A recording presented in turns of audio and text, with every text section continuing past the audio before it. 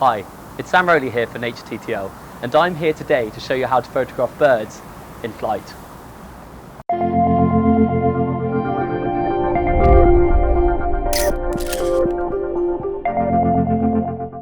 As I'm sure you know, freezing that bird whizzing past you can be one of the most satisfying things in wildlife photography.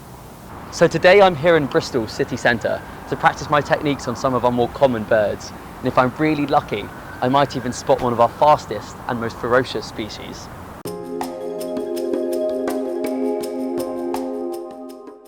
So the first thing that you're going to want is a nice sturdy tripod and a smooth gimbal head. These are really useful when you're panning using slow shutter speeds or staying in one place for a long time. Decent birds in flight shots are achievable with most DSLR cameras, but you really want to buy those with the best autofocus abilities.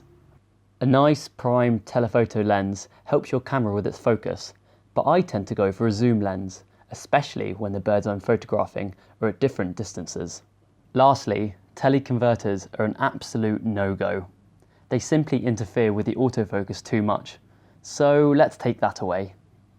Whilst some decent kit like I'm using today will help your hit rate, most of it just comes down to good old practice and patience.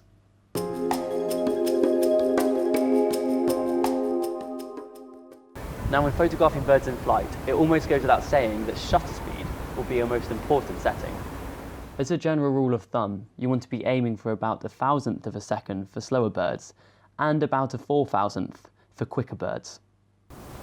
Usually, for fast shutter speeds, you'd look to high ISOs and low f numbers, but for birds in flight, you want to be aiming for about f9. This gives the chance for the whole bird to be in focus, and if you miss the focus slightly, it gives you that little bit of leeway. So there's this constant struggle between getting a fast enough shutter speed and keeping that f number nice and high. Often, a good solution of catering for both of these desired settings is underexposing and shooting silhouettes of birds in flight at sunset or sunrise. But often, there's not even enough light for fast shutter speeds at low f numbers, and if you don't want to crank up that ISO too much, you can embrace the slow shutter speed and pan with the motion to create one of my favourite effects. A smooth gimbal head is crucial for this, and make sure your posture is relaxed and comfortable to help with a nice controlled movement.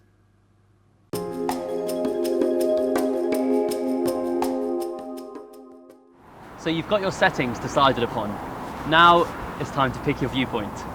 I try and be as elevated as possible to get myself closer to the bird's eye level and to spice up the background a bit with some land.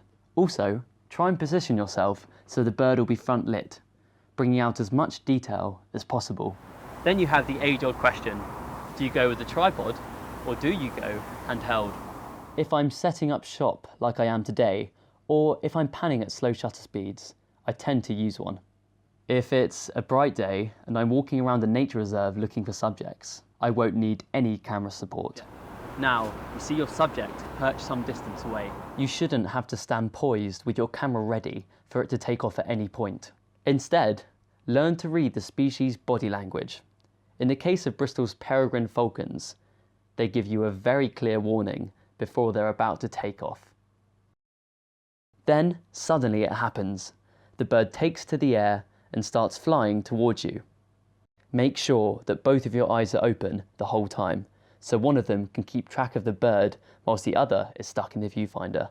And as it's flying towards you, it's always tempting to start focusing on the bird when it's miles away in anticipation. However, as they get closer, it's easy to lose focus just as they get into that perfect spot. So instead, I'd recommend waiting until the bird is a few seconds away, then lift, aim and fire.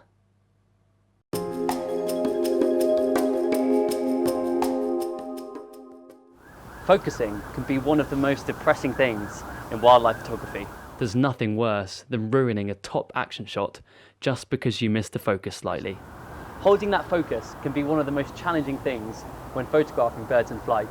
With most DSLRs, you can switch between a single or multiple focus points, and with a decent enough camera body, multiple points can do a good job of tracking the bird through the frame. However, its ability really depends on the camera body you use, and I highly recommend you stick to the single focus point if your camera isn't tracking your subject as you'd like.